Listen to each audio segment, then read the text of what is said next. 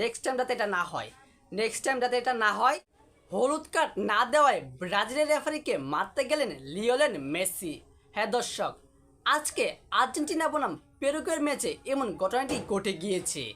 বর্তমানে 2026 FIFA world cup অর্থাৎ 2026 বিশ্বকাপের জন্য বাছাই পর্বে ম্যাচ চলছে।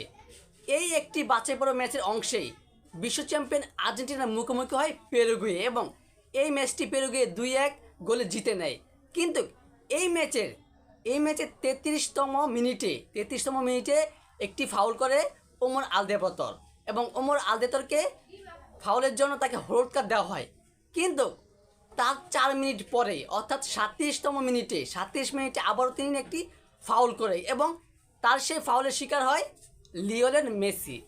লিওনেল মেসিকে সে ফাউল করে। কিন্তু সেই ফাউলের জন্য রেফারি তাকে কোনো হলুদ কার্ড দেয়নি, শুধু একটি সতর্ক সংকেত দিয়েছে, একটি ফাউল দিয়েছে, নর্মাল ফাউল। সেজন্যই লিওনেল মেসি পুরোপুরি খেপে গিয়েছে মাঠের মধ্যেই। যখন হাফ টাইম হয়, বিরতির সময় সে যে আজ ব্রাজিলের সে রেফারিটা ছিল মূলত ব্রাজিলের, সে একজন ভালো মঞ্চের রেফারি, আন্ডারসন দেরেস্কো, তার নামটা সকলেই শুনে, আন্ডারসন দেরেস্কো, তাকে সকলেই পছন্দ করেন। কিন্তু সে সিদ্ধান্ত লিওনেল মেসি মানতে চাচ্ছিল না। তিনি পুরোপুরি তাকে সতর্ক করেছে, আঙ্গুল তুলে সতর্ক করেছে নেক্সট টাইম যাতে এটা না হয় তিনি সতর্ক করে দিয়েছে যে তার সিদ্ধান্ত যেন সঠিক হয়। তাকে মাঠেই পুরোপুরি শাসন করেছে এবং শেষে দিয়েছেন লিওনেল মেসি। তার প্রতি লিওনেল মেসি প্রচুর ক্ষোভ, লিওনেল মেসি পুরোপুরি খেপে গিয়েছিল। এটা কি সিদ্ধান্ত হলো। কিন্তু সবশেষ ম্যাচটা জিতে নিয়ে গেল পেরুগুয়ে ম্যাচটা জিতলো।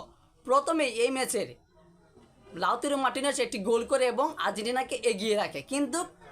কিন্তু পেরুগুয়ের প্লেয়ার আন্তোনিও সার্বিয়া যে একটি বাইসাইকেল কিক মেরেছে, তার কিকের যে গোলটা হয়েছে সেই গোলটা ছিল দেখার মতো গোল, সুন্দর অসাধারণ গোল হয়েছে। পুরোপুরি গোলটা চোখ বাঁধানো গোল ছিল।